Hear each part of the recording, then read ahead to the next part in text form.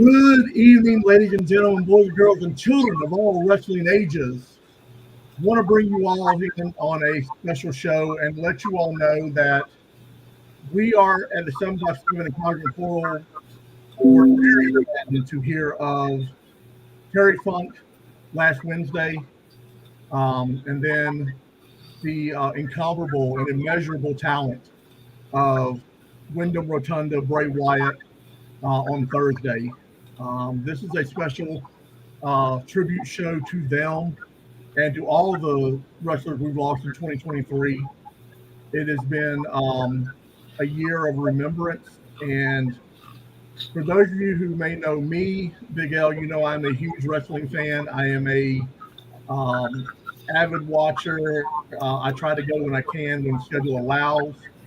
So, I just want everybody to know that we're gonna. This may be some somber topics, but we're gonna make it fun as we can and talk about some great matches. We're gonna talk about some great stories. I have two wrestling aficionados with us tonight that are a wealth of knowledge. Number one is the number one Mr. P, Mr. George Pontus. He is, as we like to call him, so accurately stated in the article, the unsung hero of wrestling. You may have seen video footage on WWE archives. You may have seen stuff on Peacock that this man has shot and has sent to WWE and all that. So be sure to check that out. So, Mr. P, introduce yourself real quick. Well, before I introduce myself, I do want to say that pro wrestling article would not have been possible if it wasn't for our other guest, Dan, that I am super grateful for. Because of him having me on his show with Benny and with then turning it into an article, it made both of us famous, at least in our own minds, but I think also around the world as well. Dan and his podcast have done so well throughout the world. That article has introduced me throughout the world, and it's been quite a blessing. But so I wanted to publicly, I've done it before in the confines of our VCW arena there, but I want to do it here as well. I want to publicly thank Dan and Benny for having me on your show several times to help tell our story. So I really appreciate that, Dan, and I love you very much. Absolutely. And as you talk about Dan Spaciano, I had the privilege of meeting Dan several years ago when we were running in the same circles. And then, everything kind of went awry, but oh well, we won't talk about that here. What we will say is Dan has an amazing podcast that he and Benny do. It's called Dan and Benny in the Ring. If I'm not, correct me if I'm wrong, I believe number 777 in the entire world, correct? We are, according to Apple, correct, according to Apple and Google charts, we are top 100 for sports and entertainment. It's kind of a generic bracket, but we make kind of a joke because I posted it on the page a few months back. We hadn't really paid much attention to the charting, and it was a friend of ours pointed out that we had charted in in Europe. We were actually top 10. I think at one point we were 4th in the UK on the sports and entertainment charts, and we were number 30 in France, which we thought was funny. Like, all the stuff we're doing, we can't break the top 30 in France.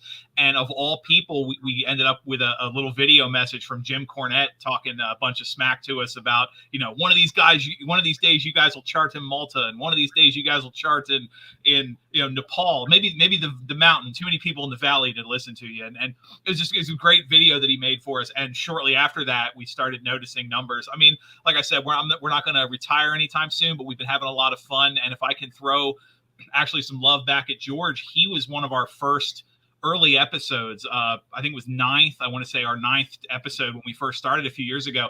And it was the first episode that really went viral. It had hundreds of downloads. Correct me if I'm wrong, you ended up with a podcast interview in Wales because of it. And yes. All of a sudden, we were having people reach out to us like, hey, I read your article and I saw your, the Pro Wrestling Stories linked us, and I heard your interview with George because it was such a great story about, all the recording that he did. And next thing we know, we have people reaching out to us, and we've got shows booked now through the end of the year already. not even September, and I can tell you who we're going to interview people in around Christmas. Like we're finding ourselves busy, and it keeps growing. Wore a little bit of the swag today. Dan and Benny in the Ring. Anywhere podcasts can be listened to. And just recently, we partnered on YouTube with the Monty and the Pharaoh sports show. So Monty and the Pharaoh uploads our videos, or I should say, our videos are found on Monty and the Pharaoh every week. That's awesome. That's great to hear. And hopefully, we can ride your coattails a little bit. Maybe some of this success will rub off on us with the Cosmic Portal. Hey, like you said, Larry, we've known each other for a long time. You've been on my coattails for how many years now? Oh God, I'd say 7 or so, easily. I'm going to let Mr. Marky Mark and Calabash Rand respectfully introduce themselves. So we'll go with Mark, so you guys kind of know who they are and what they do for us here on our channels. How's it going? So I guess I've been with the Cosmic Portal and 757 for about 2 years now. For the Cosmic Portal, I do a DC, like a little my open opinion on movies, and I also do Saturday morning thoughts for 757 Geek Fandom. So that's pretty much what I do. That's awesome. Thank you for that. Very nice, sir. Very nice. Well, I'm doing all the movie magic. I'm making the videos. I started doing all this back in like 2009. I started out on internet radio, and then I just started making videos. We started out with Star Wars talk. That didn't take off. My partner left, and I got introduced to Larry and Alan from 757, and we hit it off. We hit it off well, and then one day they were doing Zoom calls during the pandemic, and I was like, dude, we can throw this up on the internet. And that's what we did. Here we are, 2.5 years later, three Wow. years later. We're on Spotify, we're on YouTube, we're on Facebook, we do the local conventions. Me and Larry do a show called The Dogs of Gotham, where we're talking about Batman and DC stuff. And it's just been a nice little ride. And hearing what Dan said gives me hope that we can spark up. You know, it's not that we, like you said, want to get rich off of it. It'd be nice, though, to have a little bit of stuff to pay for all this internet and you know, the software and all that other stuff, because it's coming out of my pocket and sometimes it hurts. So, So may you guys continue to grow, and it's actually doing stuff like this that, you know, other fans out there that how interconnected the comics and wrestling are, and sci-fi. So hopefully with us doing this show tonight, it'll help to grow even more. Absolutely. Well, since you are speaking, Mr. P, I know you said you had some great Terry Funk stories. I know you've met him several times. You had him in VCW. You've had him talk to the students and all like that. And I have some fond memories of things, you know, in the wrestling world you always did for me. So take it away. Give us some great stories, man. This is what it's about, kind of paying tribute to them. So take it away. With Terry, I'd like to say it this way. So it was 2000. The story that you've read and that Dan wrote about and interviewed me for was WrestleMania 30, when I went to it over in New Orleans. And while I was there, I'm also very good friends with the High Spots people. And Michael Elliott and I worked together in putting a documentary called Jim Crockett Promotions, The Good Old Days. It's an amazing documentary that's won awards and exclusively uses the footage that I filmed back in the 70s and 80s with my Super 8 camera. And for those fans, I guess, listening for the very first time, because I really didn't answer your question, Larry, when you asked me earlier to kind of talk a little bit about myself. And so I was born in Greece, came to America when I was 10, didn't speak a word of English. I still don't. I speak American. Ha ha. Thank you. I heard a little chuckle there. I think that was Dan's voice. And Larry still doesn't laugh at my jokes. And he didn't laugh at them when I said them in the classroom. I just had it on mute. No, I'm just messing with you. So we put Michael really Elliott put together the documentary, but solely my footage is on there. And I was very, very blessed, and I highly recommend those listening to this to read that interview that Dan did with me and wrote in Pro Wrestling Stories, of where I was. This is when kayfabe was kayfabe, when no one was allowed in the inner circle. And I'm a teenager, and I was befriended by the local, not so much local, but the promoter who brought Jim Crockett Promotions here and then up in Richmond. His name, and he did some promoting down in the Carolinas. His name is Elliot Murnick. And he and I became friends, and he was much older. I was a teenager. The story's too long to say it here. Again, read Dan's article. And because of that, I was allowed to sit by the ring apron. That's what it blows my mind to this day. By the ring apron with my Super 8 camera. And I have footage of the young Ric Flairs, of the young Ricky Steamboats, Blackjack Mulligan, all the old school wrestlers that we all grew up to love. And as they say, when wrestling was real, if you will, I have that footage. Ricky Steamboat, I can go on and on. I sold about 6 hours of it to WWE. And that has been a blessing in itself because, as Larry, you so wisely pointed out, it's been used in many of their documentaries, and on America's Most Wanted. What is it? Most Wanted Treasures. For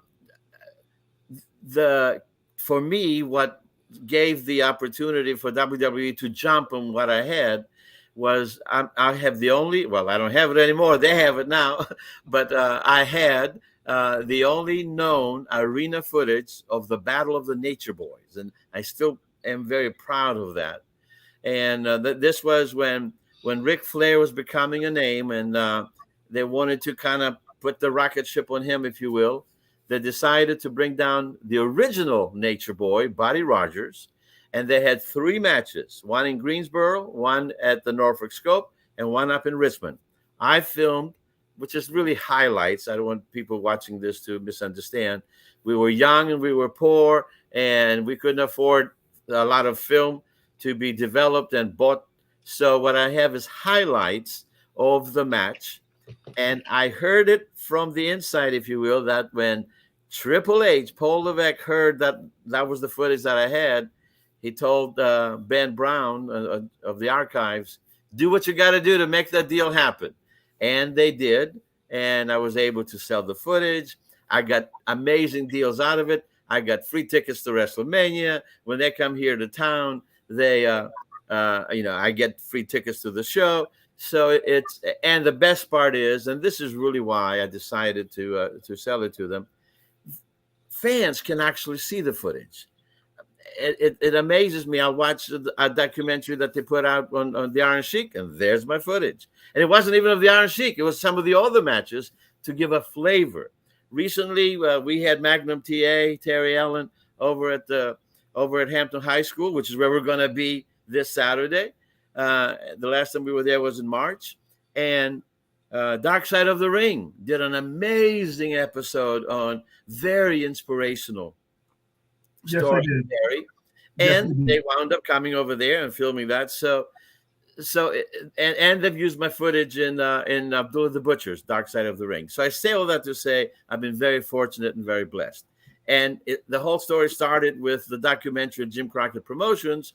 So when I went to WrestleMania 30, I hooked up with Michael Elliott, and he interviewed Terry Funk for a Harley race documentary. So that's when I met Terry for the first time. And then the more I started to tell him about the, our promotion down here, we tried a couple of times to get him to come. We could never gel on the dates. He had too many commitments in Japan and ECW and everywhere else. But he was able to see our product and really put us over of how good we are. And for that, I'm very grateful and very blessed. And then I got to drive him around, and because he went to WrestleCon, and I was the designated driver because I had a rental car. And my God, the stories that he told in the car and the jokes that we shared was just so warm and heartfelt. The Terry Funk that we see is really, jacked up a lot when he goes into the wrestling mode.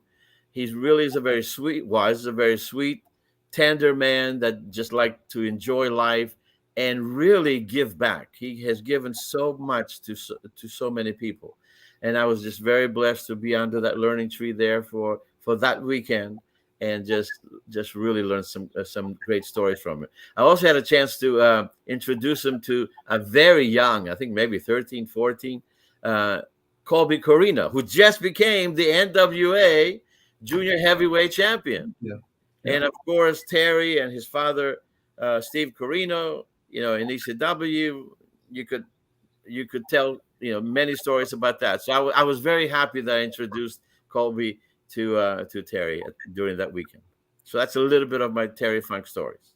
Isn't it amazing that you would think a lead singer of the Smashing Pumpkins, Billy Corgan, goes on and gets TNA back up and running, and now Colby Corino, a second generation of Steve Corino, is now the junior heavyweight champion. I got a chance to view some highlights of that, and that was just seeing that second generation, that second, third. You mentioned Blackjack Mulligan. People who may not follow wrestling like wrestling do. Blackjack Mulligan was Wyndham Rotunda's grandfather. Mm-hmm. That, to me, I watched Blackjack Mulligan in the ring in Mississippi when I lived there. Wow. Way back when, in a bull rope match.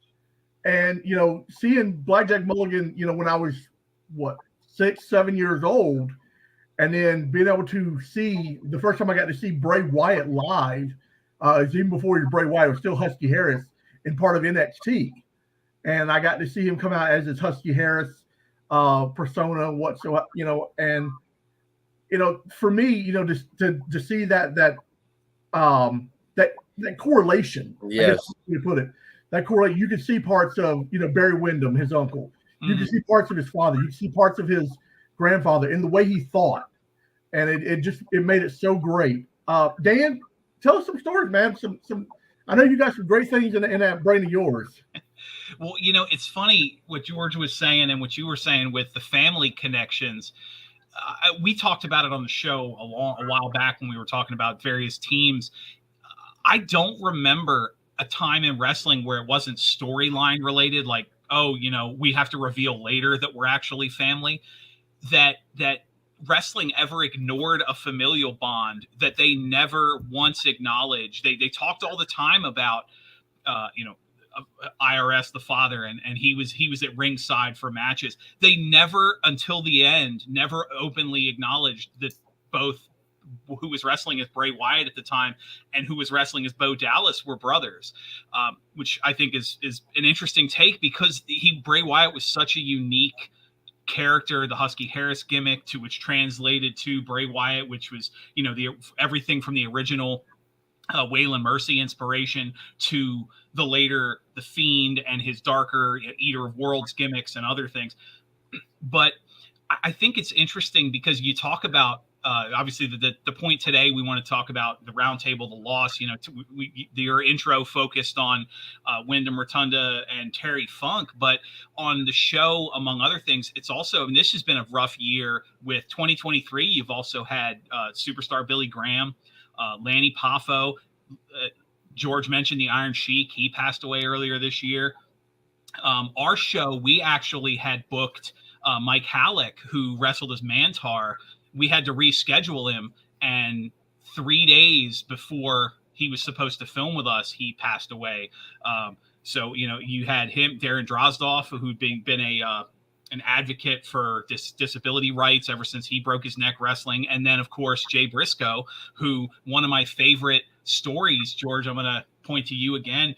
There was how many years ago was it? Maybe 10 or so. The yes, Ring of Honor tag champions were Chris Hero and Claudio Castagnoli, who would go on. Obviously, Castagnoli's now with AEW, but that was Cesaro and Cassius Ohno from WWE. George came out and did his, commissioner, always give the best to the fans. We're going to do a title for title match. And the Heroes of Wrestling, Ono and Chris Hero and Castagnoli won the VCW tag titles, and it was the Briscoe brothers that brought them back to Virginia. And that we've had the pleasure, like you mentioned, Terry Funk's been involved, and I've crossed paths through my years and just being involved with the conventions. And Larry, you and I've known each other for a long time. I'm usually also working backstage and a lot of stuff. I've had the pleasure of meeting and talking and interviewing some of these people. And, before we get to Funk and Rotunda, one of my favorite interviews we got a chance to do was talk to Lanny Poffo, who passed away this year. And you talk about brilliance. It's, obviously his gimmick, his character, he was always known for the poems. And we got to talking, and it was just off the top of his head, bam, bam, bam, rhyming words, rhyming. It was something that would take an author weeks to put together. Let me give you an example. And he cut a rhyming promo on me and Benny in one of his famous Lanny Poffo poems. And he, of course, had moved. He was living in South America, and just a phenomenal, brilliant mind, great man. But to go back to what George was talking about with Terry Funk, I had the pleasure of meeting him. Well, I should say seeing him years ago at a show in Baltimore. He was on the tail end of this was in the 90s. This was the tail end of his Terry Funk Chainsaw Charlie run, like 98, 99, like right around peak Attitude Era. And, show ends, anybody who goes to the old Baltimore arena, there's a huge pit by the entrance, and a lot of the wrestlers will come by, and Terry Funk was one of them. And he must have sat there, him, Mick Foley, and some of the others for 45 minutes, if not an hour, just shaking hands. I mean, this was pre-cell phone picture days, so it was actual cameras, people trying to sneak their Polaroids in, for the younger audience back when you actually had to have film. I know George remembers those days. It's funny you mentioned. There you go. It's funny you mentioned, when George was on our show, and he talked about how a lot of the footage he has is clip shows because the film didn't have the battery life or film capacity to film a whole match. So, but Terry Funk sat there, and he was autographs and Polaroids and high-fiving people. And he didn't have to do that. There was a genuine, he knew, like, this is my third chance, I think, because he had some personal issues with both WWF and WCW at the time. And so this is my third chance. Oh, there you go. Yeah. It's a good wow. Man, you're good. And, so he was one of those, Eddie Graham, the old head from Florida Championship Wrestling in Florida, one of the most brilliant minds in the history of wrestling. He kind of created this idea that the best characters in wrestling are the real you turned up to 11. Everybody from, obviously from some of his guys like Dusty Rhodes and Kevin Sullivan to the modern era of, your Stone Cold. And if you ever hear anybody like, Billy Graham is a great example, or Terry Funk, where Terry Funk was a legit cowboy, but the Terry Funk, the branding iron, the blood, the gut, he was the nicest man in the world, and he played one of the toughest SOBs. So yes, the real you turned up to 11, but Terry Funk was that I don't want to say that wasn't him, but he had the real you turned up to 11. And then on top of that, he put the gimmick and the character. So the Terry Funk cowboy, I'm here for the fans. I mean, he everybody remembers Terry Funk doing the moonsault. He didn't start doing the moonsault till he was in his 40s. Like, people, he was this just, I'm willing to throw it all out there to the bitter end. That was the real Terry Funk. And then on top of that, the branding iron, the blood, and the fighting was the gimmick for the fans. And it's such a unique mix. And Bray Wyatt was the same way, a kind-hearted, good person. So obviously he, I'm not saying the Fiend or his Eater of Worlds was anything like the real Bray Wyatt, but the charismatic, the friendship, how quickly he could get people to like and follow him, that was real. And then on top of that, you had the gimmick, the character, the push.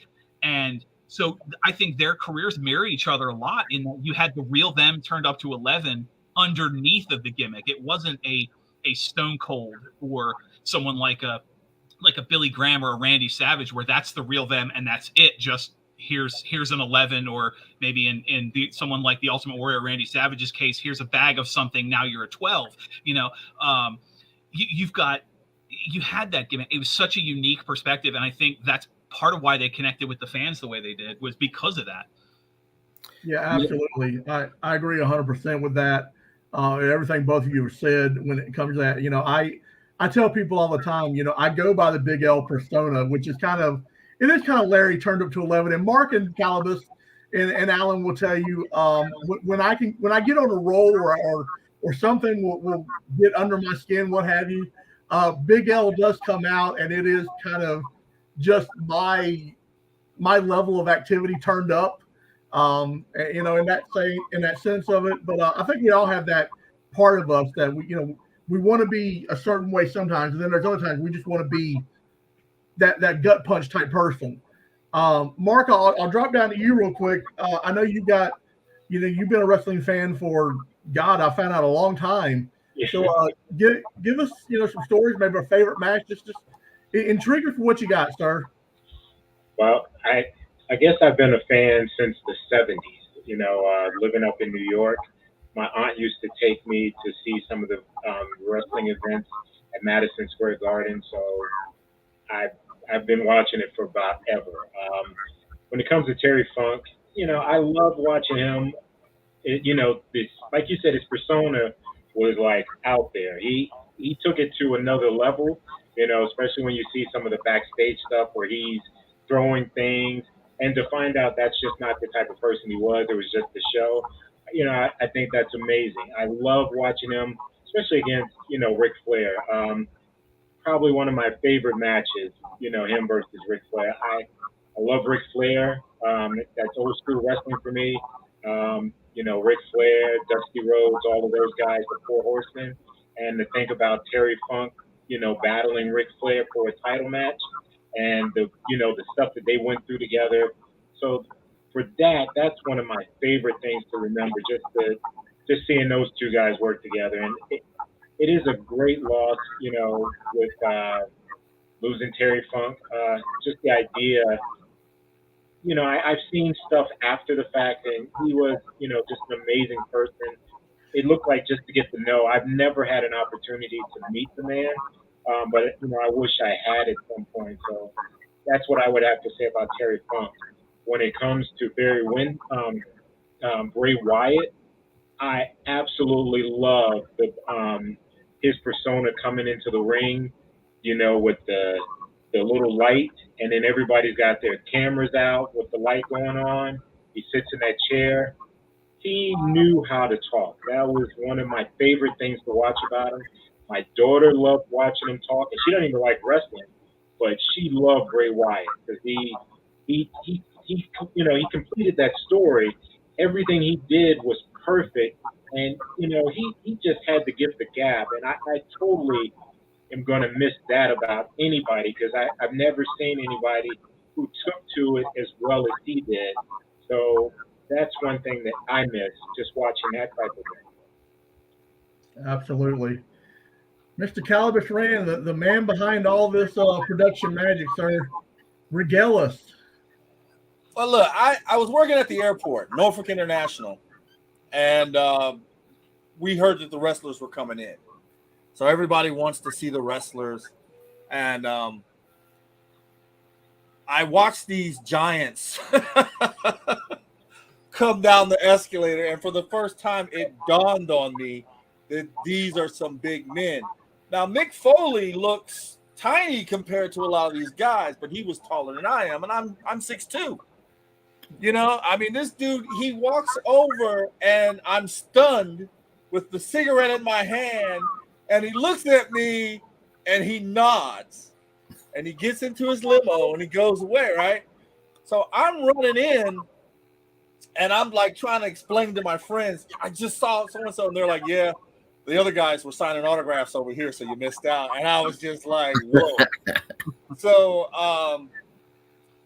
I remember watching wrestling Saturday mornings on Channel 33, the Four Horsemen, and then of course it evolves into WWF.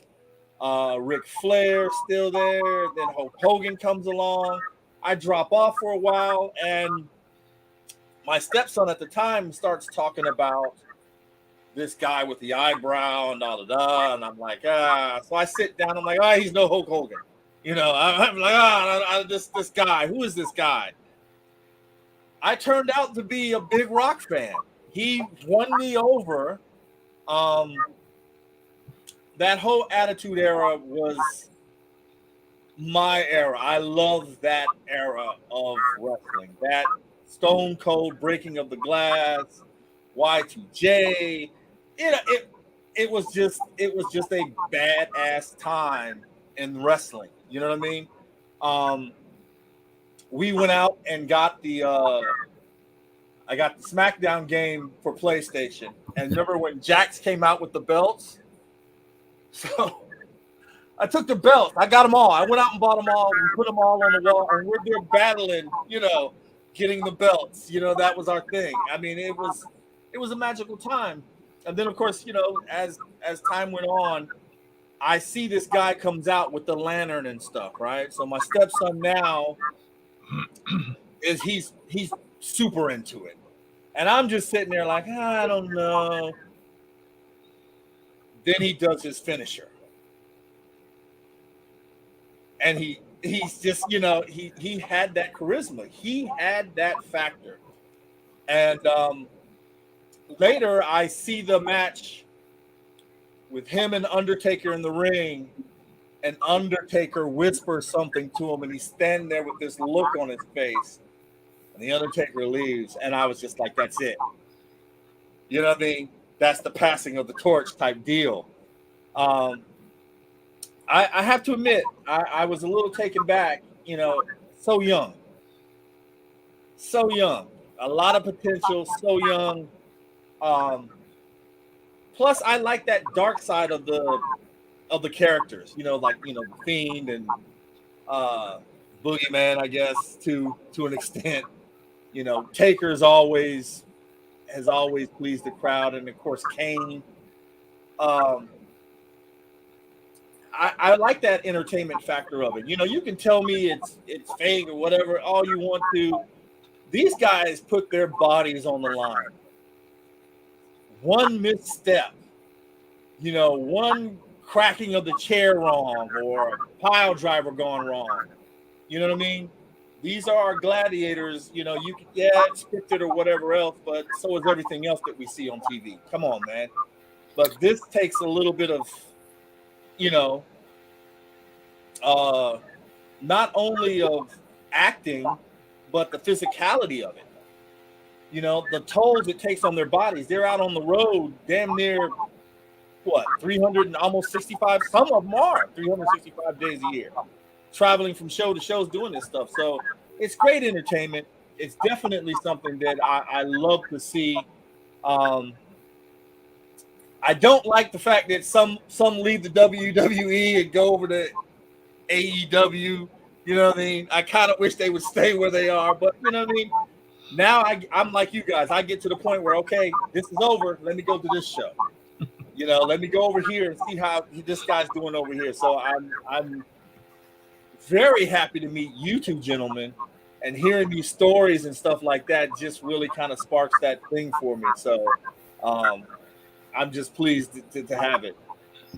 Let's not forget during the period known as the Monday Night Wars, Raw was taped and Nitro was live, and there was actually a Monday where Rick Rude was on both channels at the same time because he had jumped from WWF to WCW, and they aired both episodes simultaneously. So that, you want to talk about jumping ship, nobody's ever going to top the Ravishing One on that.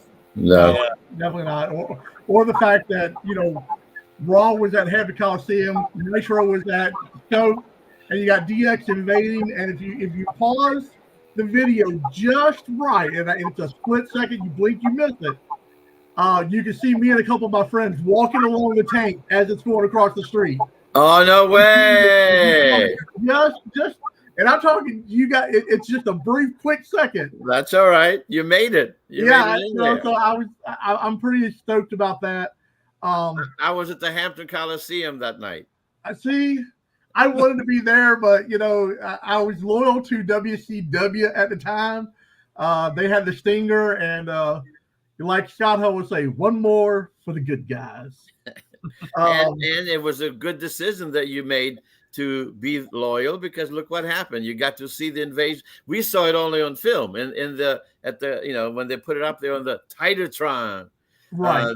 Yeah, you saw it live, so you literally were part of history. That is true. That's true. And I got to say, we're going to get into some favorite matches here in a second, but I got two quick stories I want to point out. Number one, 14 years old, I'm sitting in a history classroom, and I've got this amazing, history teacher is telling me stuff, and it starts talking wrestling. And he says something about he knows Ric Flair, and he's got Ric Flair's phone number. And me being the smart aleck kid that I was at the time, because I'll be wholeheartedly admitted about that, I was like, no way. And then it breaks out this book and shows me Ric Flair, covers up the number, but in Ric Flair's number in this little book. And then from that point on, I was in awe of this man. So Mr. P, I will always remember that moment. That was, you have no idea how special that was to me at that time. Even though, maybe for you, it was just, talking to a kid. For me, being a wrestling fan, even at that time, and then, seeing someone who knew at that time, one of my favorites in the Four Horsemen, in Ric Flair. And, I getting to see the Four Horsemen when I was a child, in Mississippi, and then, and seeing J.J. Dillon walk out and all this sort of stuff. So to see that, I was like, okay. And then growing up a wrestling fan through all of this. So I don't think I've ever publicly thanked you for that, but I want to say thank you. You changed a 14-year-old punk's life. Well, I'm very glad I did. And I know you and I have talked about, this moment before, of what the story that you just said about the showing you Ric's number in the book. But prior to you telling me, I would tell that story to others when I would say, you're not going to believe this. Part of the fun, because part of the fun that I had as a teacher was to share my love of wrestling. So when I would find a student like you and you were enjoying hearing me talk about wrestling, that made me feel awesome as well, because, yes, we got a new fan. He's gonna go. He's gonna continue. So I enjoyed it just as much. So I received the compliment. Thank you so much. And then, of course, you remember when I would show the film up. Absolutely. Absolutely. For our two other friends there. So I would film highlights again of the matches at the Scope or at the Hampton Coliseum, and then bring in my projector and the footage. And this is before SOLs. This is actually when you can do some real teaching, and the reward. And it was sort of like a carrot on the stick. If the students gave me A's and B's or whatever the next test was, then the reward was that Friday I would put it up on the screen and they would see them in action. It was awesome. And what's really cool? To this day, his number has changed, but I still have Ric's number. I actually texted him yesterday to make sure he was okay with his storm over in Florida. And I still pinch myself, and I'm like, Ric Flair just texted me back. He said he's fine. He said, thank you. It's still mind-blowing to me. To see something like that is fantastic. The second quick story, for my job, I used to travel a lot, and I was on a plane, and I was flying into Austin. I got on the plane, sitting in first class. I recognized Mark Henry, and as I walked by, I said, how you doing, Mr. Henry? Nice to see you. And I kept on walking. I didn't think much more about it, whatever. Throughout the flight, I asked one of the flight attendants. I said, hey, I understand, Mark Henry's up front. If you wouldn't mind just passing on a message that I would appreciate an autograph or something. If not, I understand he's a busy person. No problem, no worries. Just want to, ask him, okay. She goes, I'll see what I can do. About 30 minutes later, just as we're about to land in Austin, she sends back this. And I keep this on my desk. This is Mark Henry's American Airlines boarding pass, first class, with his signature that he sent it to Larry. Mark Henry, thanks. Wow. I keep this on my desk. I should put it in plastic. It's starting to get a little weird, but I keep this as a reminder that, they are real people. First and foremost. That's what I want everyone who's watching this podcast right now to understand, is why we're doing this tribute, is because they are real people. They do have families. Yes, they seem larger than life on television, but in the real world, they are, just like you and I. They have families, their fathers, their brothers, their sons and husbands, what have you, and daughters and alike. So when you're watching them, or you're going to an airport, or you're looking for an autograph, remember that when you approach them, that they are still real people and they still have lives. We got off the plane and we're down at baggage claim, and there's Mark Henry right next to baggage claim. And I walked up and I said, "Thank you." I showed him, I said, "I really appreciate this." He shook my hand. We went about our business, got our bag, went about our business. I went Avis to get my rental car. Two people behind me, Mark Henry, same rental car line. We go out to get our rental cars. My rental car is right next to his. So now I'm standing here and I'm talking to Mark Henry in the Avis rental car place. And I'm like, I'm world's strongest man, Olympic, wrestler.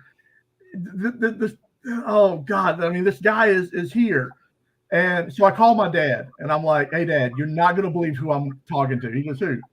I said, "Mark Henry." He goes, "Nah." I said, "Sexual chocolate, Mark Henry." I'm talking to Mark Henry. And he's like, "No, you're not." No, you're not. I said, "Hang on." I said, "Mr. Henry, would you please?" He goes, "How you doing, Mr. Garrett? Just want to let you know that you got a really nice son here, and he's a great fan. I really appreciate, his fandom." And my dad gets about the phone. He goes, "You bleep, bleep, bleep, bleep, bleep. I can't believe that." And I'm like, "Hey, I told you."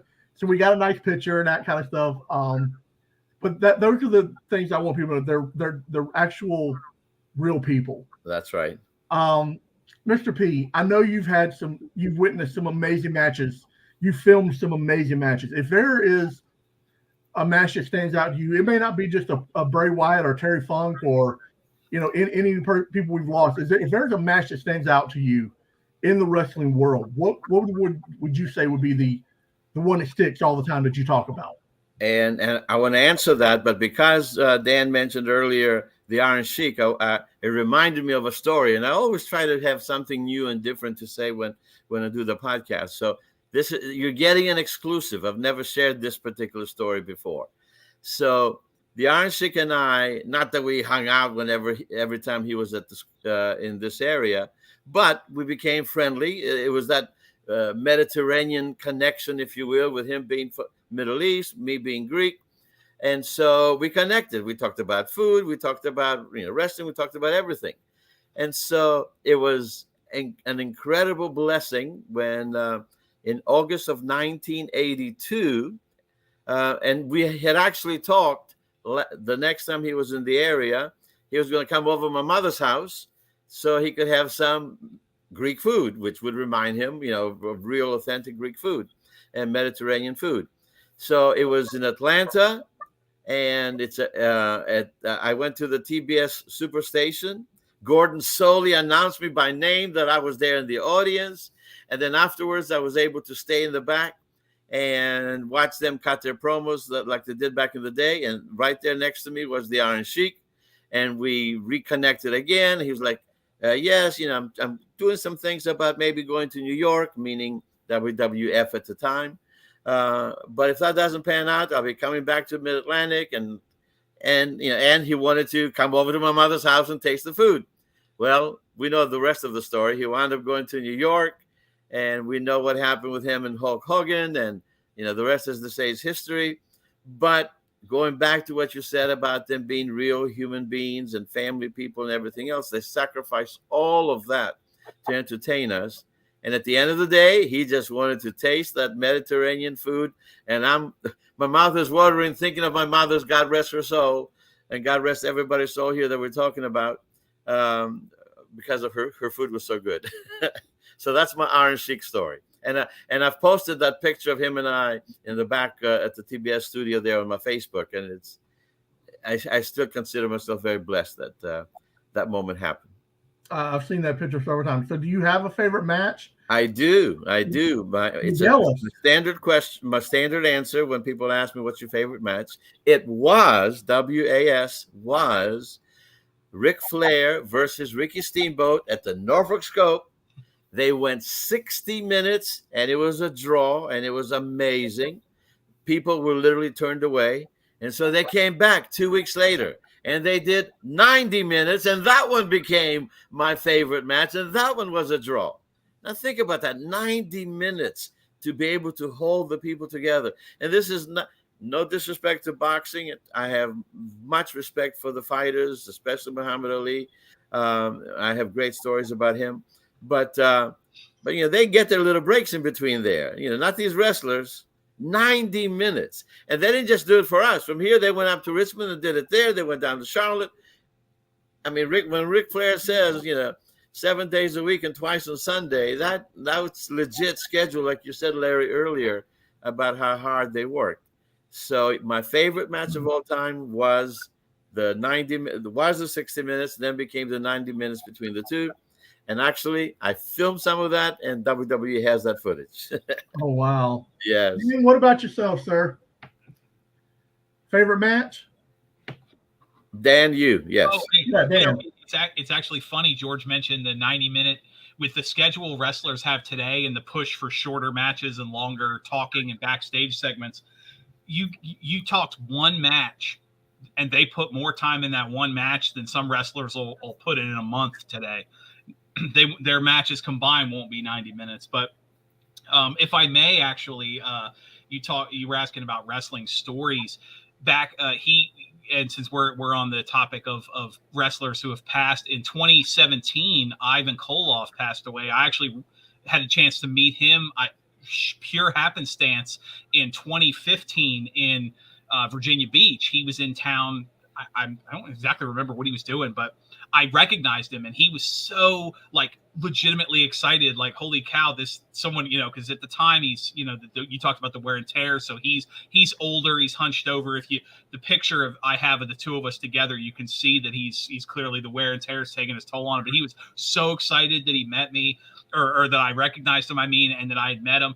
And we got to talking, and he goes, "Hey, do you want to take a picture with the?" I asked him if we could get a picture. He's like, "Do you want to take a picture with the belt?" And he dug through the bag he had, and he pulled out, because they were smaller back then, but it was the WWF title. No way. So I was like, "Oh, cool." So we took the picture, and part two of the story, on the anniversary, this was because 2017 he passed away. Benny and I started doing our show in at the end of 2020. We were coming up on 3 years we've been doing it. I posted that picture in 2021 and said, "Hey, this happened 5 years ago. I met, or 7 years ago. I met him," and I'm telling the story. And the very first comment on the picture was from his widow, who. One, I was surprised. She's on the Dan and Benny fan page, but she's like, he mentioned that, he told her the story about, oh, I met this fan, and he was so excited that people recognize. And here we are 7 years later, and he at the end of his life, he remembered and was like, oh, I went down to Virginia Beach to visit some friends, and this kid, I was in my 30s at the time, this kid remembered me. And so I thought that was kind of cool. It was a double fun story, because I met him, and then 7 years after we took the picture, his wife told me that she remembered the event, and she was, which I thought was neat. She's on the Dan and Benny fan page. But I'm gonna, when you talk favorite matches, I'm gonna actually pull the classic. I know it's almost cliche at this point, but my favorite match, because I remember the event so vividly, because it was the first real event, back when everything was closed circuit and you had to have the right neighborhood to be in, was WrestleMania 3. And to this day, my favorite match is still Savage Steamboat, just because you have, it's just pure classic. It told a great story. You had the outside narrative, the Intercontinental title, and the fact that the WrestleMania 3, the main event, Hogan slamming Andre, almost 40 years later, still arguably one of the greatest, biggest moments in the history of wrestling. And it wasn't the best thing on the card. So my favorite match is still Savage Steamboat, WrestleMania 3. Although I will say I was at Hampton, I don't know how many years ago now. There was a match here in Hampton, and it was this guy named George Pantis, and he tagged with a clown, and he wrestled Jerry Stephanesis and Benjamin Banks, who's a good friend of mine. And I was probably number 2, very close second in favorite matches. Are you being serious, Dan? Come on, you had the marching band walk you to the ring. How is that They not walk one you of the to the greatest ring. I've ever seen? Well, okay, since you went there, let's add something else to the story. So our special guest, as you guys know, you've been to our shows, and thank you for that, for supporting us. We try to bring in a legend when we can afford them, and work the schedule out. So Brutus the Barber Beefcake was on that card, and he held the curtain while we came out. And as I'm coming out, he leans over and whispers to me, "I have done a lot of these independent shows. I have never in my life seen such a great entrance. This is amazing." So yes, to me, in my mind, when I thought about making that moment happen, I was recreating Roddy Piper, who's one of my all-time favorites. Roddy Piper, when he was in Madison Square Garden and the bagpipers came out bringing him. That's what I had envisioned. So for you to mention that, Dan, that means a lot. Thank you for that. Awesome. Mark, any favorite matches come to mind? Anything with Bray, Terry, or anybody else? Well, when it comes to Bray Wyatt, I'm probably going to say my favorite match would be Bray versus Roman Reigns. I love that match. That's one of the best I've ever seen.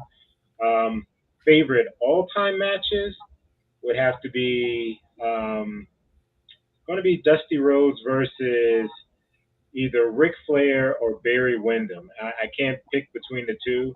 I like both of those matches, but anything with Dusty Rhodes, like you said, those guys back in the day, they were 60-minute men.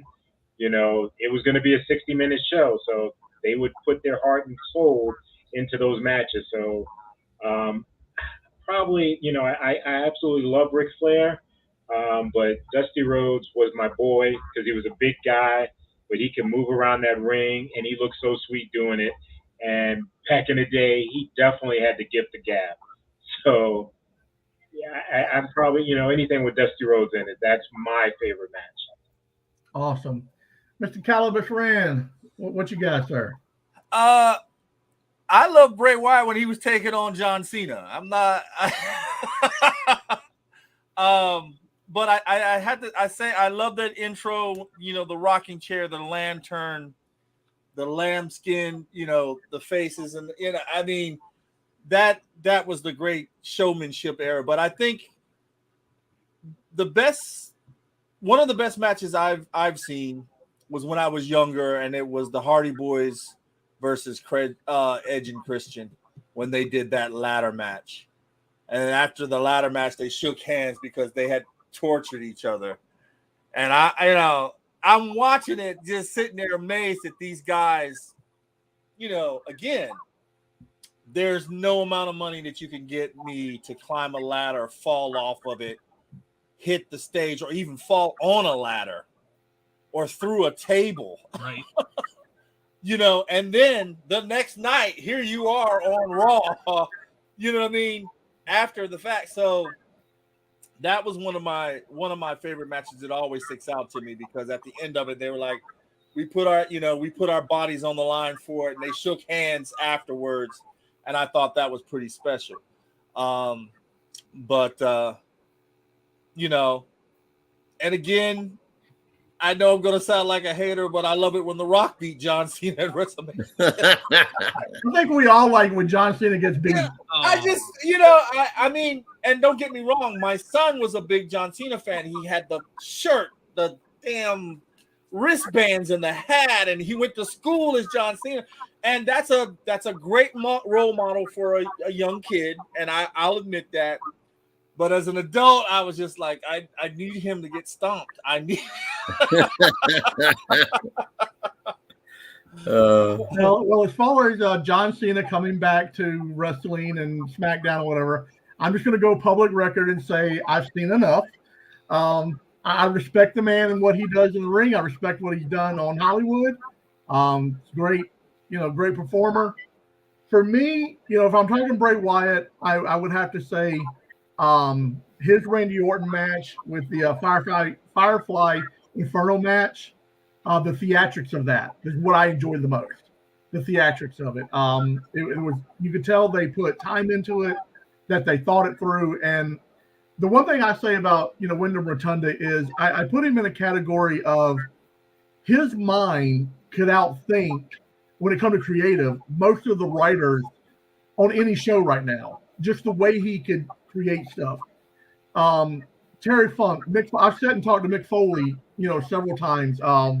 My former employer, my boss, and him were really good friends. So, I've had chances to sit down with Mick Foley and just have conversations. And, some of the things, that he tells are stories of things they've done. So, for me, that's a favorite match there.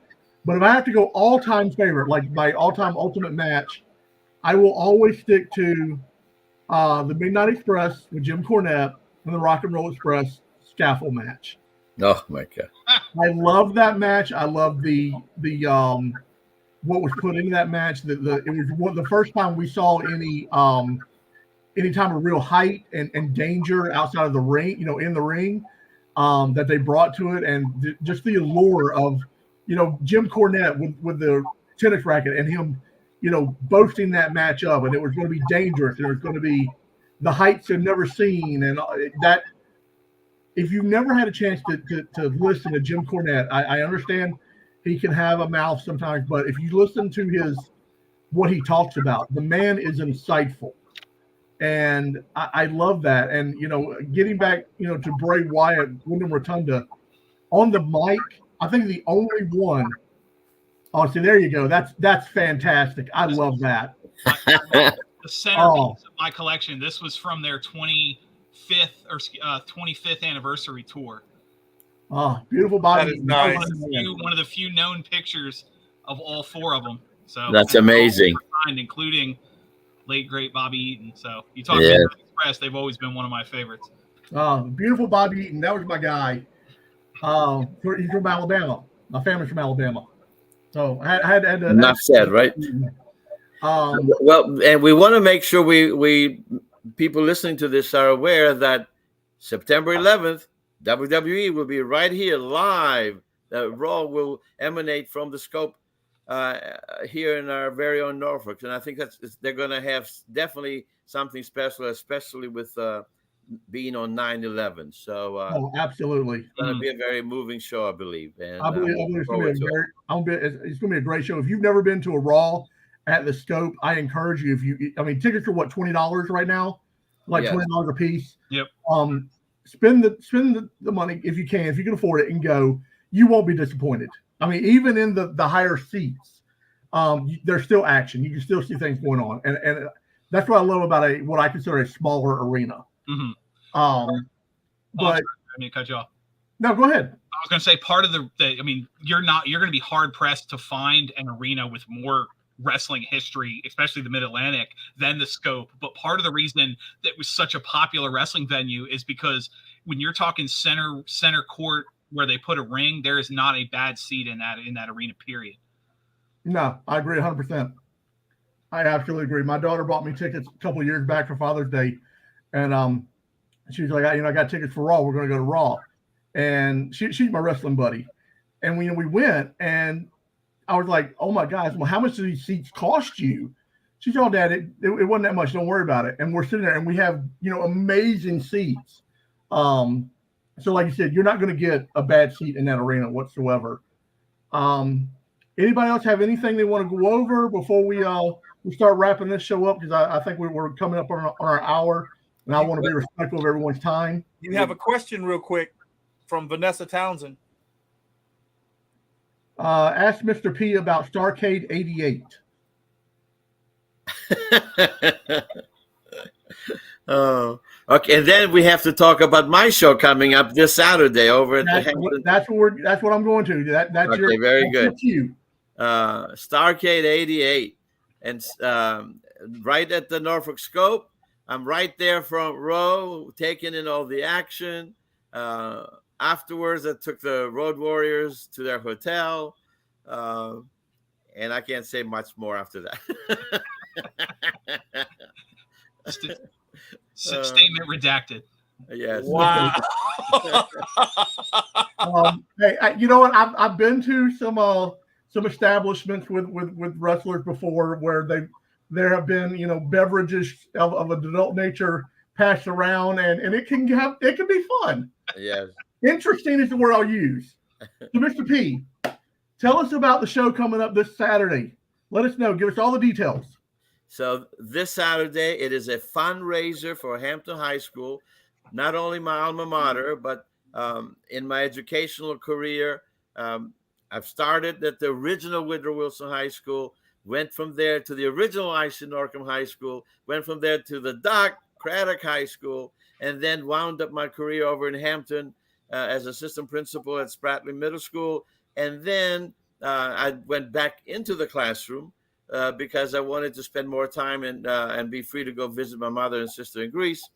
And so I wound up at the very end of my career teaching at my alma mater. It was just such an amazing experience. And then once with the wrestling, we decided to focus on doing fundraisers for Hampton High School. And we have one coming up this Saturday where a portion of the proceeds will go to Hampton High School. All the concessions go to Hampton High School on top of that. So please come out and support. We were talking about legends before. We have Gangrel is coming, and he's going to take on Brandon Scott. Now, this one, I'm looking forward to it because last time, and we put a little video up on our site on Virginia Championship Wrestling, and I have it also on my Facebook. Last time the two wrestled against each other was over in Suffolk, and Brandon Scott was the longest running VCW champion, and he wound up losing to Gangrel. So I know now, especially with Brandon having some questionable arsenal that he uses, he's going to be out for revenge. So this match, I don't know. I think I'm going to be sitting ringside because I want to see this one up close and personal. And then we have so much more. At our last show, we had our Liberty Lottery, and we had Erica Lee enter as number 20, and she won. And she decided to cash in her reward for winning with her best friend, Boar. And they're going to take on the new tag team champions, NRG. And that's the Reason, who I don't care for because he took a whipping on me a while back, and Logan Easton LaRue. They were the original NRG from Chikara Pro. So they have a long history of wrestling together. And once they combined under questionable means, they quickly became the champions. So this match is going to be interesting, to say the least. So really looking forward to that. And then we have so many other matches. We have Phil Brown is going to be there. Our card is fully on our site. So fans, please check us out. Go to Virginia Championship Wrestling on Facebook. Go to mine on George Pontus. Go to our official YouTube channel where we post matches, and you can see the quality of our product firsthand. And the show opens up.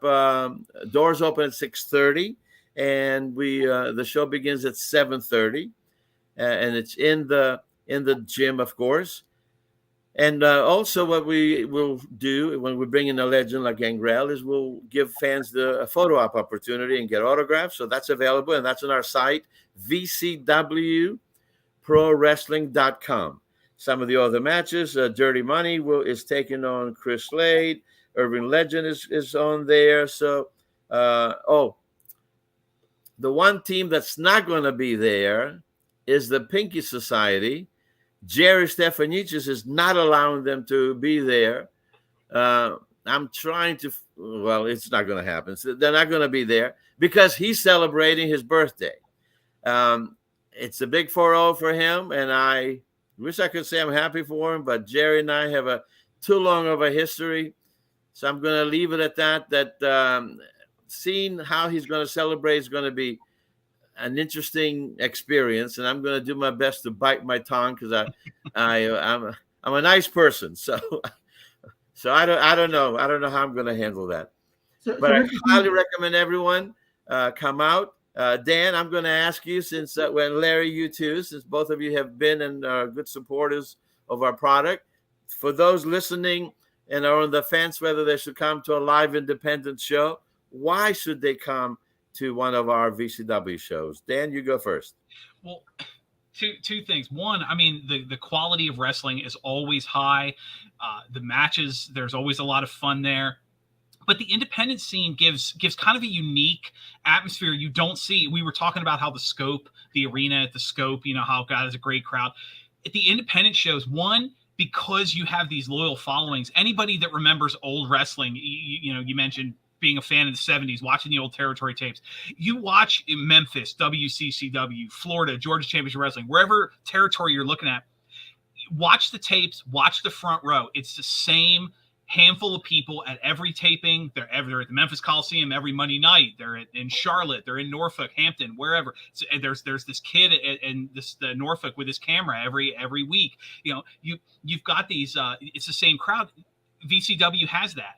It's the crowd. I mean, I have very close friendship with several people I met through my many years of attending VCW shows because it's the same crowd. And that kind of lends to a unique atmosphere because the fans know the wrestlers, they know the chants, they know the character, they get it's an atmosphere you don't get from a random show.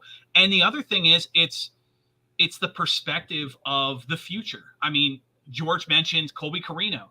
Watching him in VCW when he was young and watching someone, he mentioned Brandon Scott. I watched Brandon Scott in Virginia, and then there he is on SmackDown, and there he is on Raw, and Logan LaRue and Irvin Legend have both wrestled on AEW, and there they were when they were young guys in Virginia. You get to see the future. And if I may, a little kind of a fun story, you talk about wrestling coming full circle. George mentioned his time in Hampton High School. When he was there and at Hampton and the early VCW shows, there was a young kid that used to tell him, used to talk to George about, I want to be a wrestler. This is so cool. I want to get into wrestling. George, correct me if I'm wrong, that kid grew up and he's currently VCW champion. You talk about the future is now. I mean, here was a kid, one of these days I'm going to be a wrestler, Mr. P. Okay, we'll give you your opportunity. He is your heavyweight champion. He's one of the most popular independent stars right now. He wrestles as the Boar, which is a great look and a unique gimmick. One of the prettiest spears, by the way. It's a hard move to pull off. Roman Reigns, where you can have a spear that looks terrible. Boris is incredible. So it's that atmosphere, it's that crowd. I recommend it. And VCW is just such a great company, great people.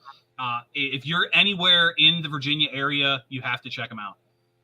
Thank you so much, Dan, for the kind words. And Larry, before you answer, thank you for going there, Dan, because you reminded me, along with the names that you mentioned that we've seen on WWE, AEW, how about currently, well, let's do it this way. In February, he was announcing at VCW and doing commentating, and in March, he signed officially, and when you turn on Friday nights on Peacock, there he is. We know him as of course, the one and only Blake Chadwick. On WWE, he is Blake Howard, and he's the voice, along with Byron, of Level Up. I mean, there's the proof right there of why it's so important to support us, hopefully, but wherever you're listening this, please support independent wrestling. You will see the future now. And let's not forget that Luke Gallows was our VCW champion when he signed and went up to WWE and went on to become, and still is there now, with this incredible career. So yes, I wanted to make sure I mentioned that. Larry, why do you believe we put on a good product? Why should people come and see us? The reason people need to come to an independent show is simply because the best way I can put it is it's more intimate. Is the best way I can say it. It's you get a chance to see the product up close and personal. It's not so much that you're there to see it. You're seeing what they see for television. It's more of a stripped down, very unique style of wrestling. Again, to Dan's point, it's the old school style of wrestling. Seeing the stars of the future. I'll give you a great example. When I was living in Manassas, Virginia, I would attend Kaido Pro Wrestling with Sweet Jimmy Z. Christian York was one of the main stars there. He was used to come wrestle at the Boathouse, part of ECW with Joey Matthews. He actually would wrestle in different places. The point is, though, there was a young girl that showed up at a match one time and was, doing things, and her name was AJ Mendez. Very young, tiny little girl, just running the ropes, doing stuff, and just learning the craft there at Title Pro Wrestling. AJ Mendez went on to become AJ Lee. She's now CM Punk. I got to see AJ Mendez when she was first starting out. She brought her little brother and was hanging out by the ring. I mean, it's you get to see the stars of the future, the people that you would sometimes you would think is larger than life is the best way to put it, in a very unique, intimate setting, and you have access to them being at the front row and not having to spend, unfortunately, hundreds of dollars to see those types of have that experience. So you got that experience right there, up close and personal. I support independent wrestling to the nth degree is the best way I can put it. I love to attend when I can, when it's when it's available, when it's affordable, to go. It's one of those things that you will get a unique experience that you won't get anywhere else. So independent wrestling gives you twofold. It gives you something that you can see that's more well-rounded, but it also gives you a chance to see people that you're going to see, that you are going to see on television. It's not you are going to see them on television. So, and you're going to be like, hey, I've seen that guy in the ring, or I've seen that girl.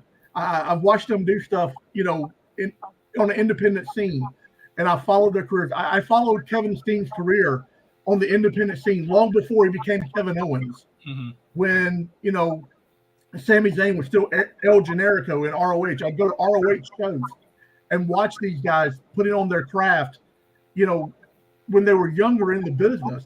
And now they're the WWE Tag Team Champions. And people are like, well, how long have you been watching wrestling? I'm like, well, I watched wrestling when Kevin Steen could barely speak English and was still speaking French in the ring. So, little side note there. That's right. Calibus, anything else for us? Well, the only thing I can say is that we're gonna help promote you guys as best we can. I mean, we're small, but we have a pretty good start with what we're doing, and send us your links to your podcast, send us your links to your shows. We'll be more than happy to keep pushing this, because again, these guys and ladies go out and they do it for the love of the performance and the show, and they entertain us. You know what I mean? And it's the least that we can do as fans that really admire what they do and keep the fan base going. So this was a real treat for me. I didn't know really what to expect, and to have someone on like George, and of course like with Dan, it just really kind of pushes me to want to go now to see some of these other things. I've never been to an independent match. I would love to go.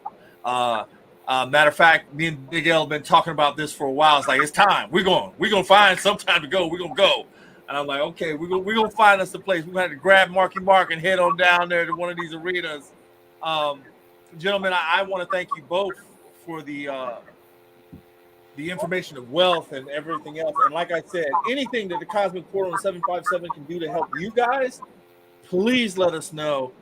We push the fandoms hard here because it's the love of the fandom, and it's not about trying to get anything free or whatever else. It's just about pushing the knowledge out there to get that fandom base and to help you out as much as we can. Maybe get more butts and seats, maybe get you more listeners.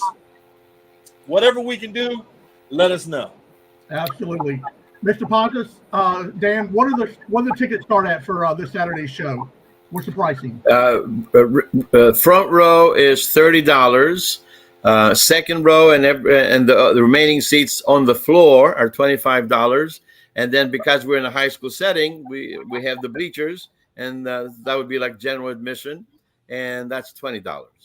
Awesome. And all those can be bought at vcwprowrestling.com. Fans, we can't wait to see you there. Don't you dare miss it. Thank you all so much. This has been an amazing show. Dan, take us away with how everybody can reach you on your podcast. And from there, you're going to close us out, my man. Okay, well, like I said, top of the hour, Dan and Benny in the Ring. Dan and Benny in the Ring, anywhere podcasts can be listened to. Google, Apple, Podbean, iHeartRadio, you name it. Dan and Benny in the Ring, anywhere podcasts can be listened to. We can also be found on YouTube under the Monty and the Pharaoh Sports Network radio page. They upload our videos every Wednesday. Our audio podcasts go live every Tuesday night. So, again, Dan Benny in the Ring, anywhere podcast can be listened to. We have a lot of great stuff. Quick shout out. We're sponsored by BWC. That's Boogie's Wrestling Camp, Jimmy Valiant's Wrestling School here in Virginia. Jimmy Valiant, one of my favorite all time. The Valiant Brothers, one of the greatest tag teams in history. So check them out. BWC, Dan and Benny in the Ring, Monty and the Pharaoh.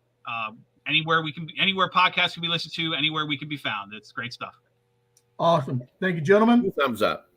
We will talk to you later. And as always, remember, the truth is going to be out there. You just got to understand it. Thanks for watching. This has been a Cosmic Portal production.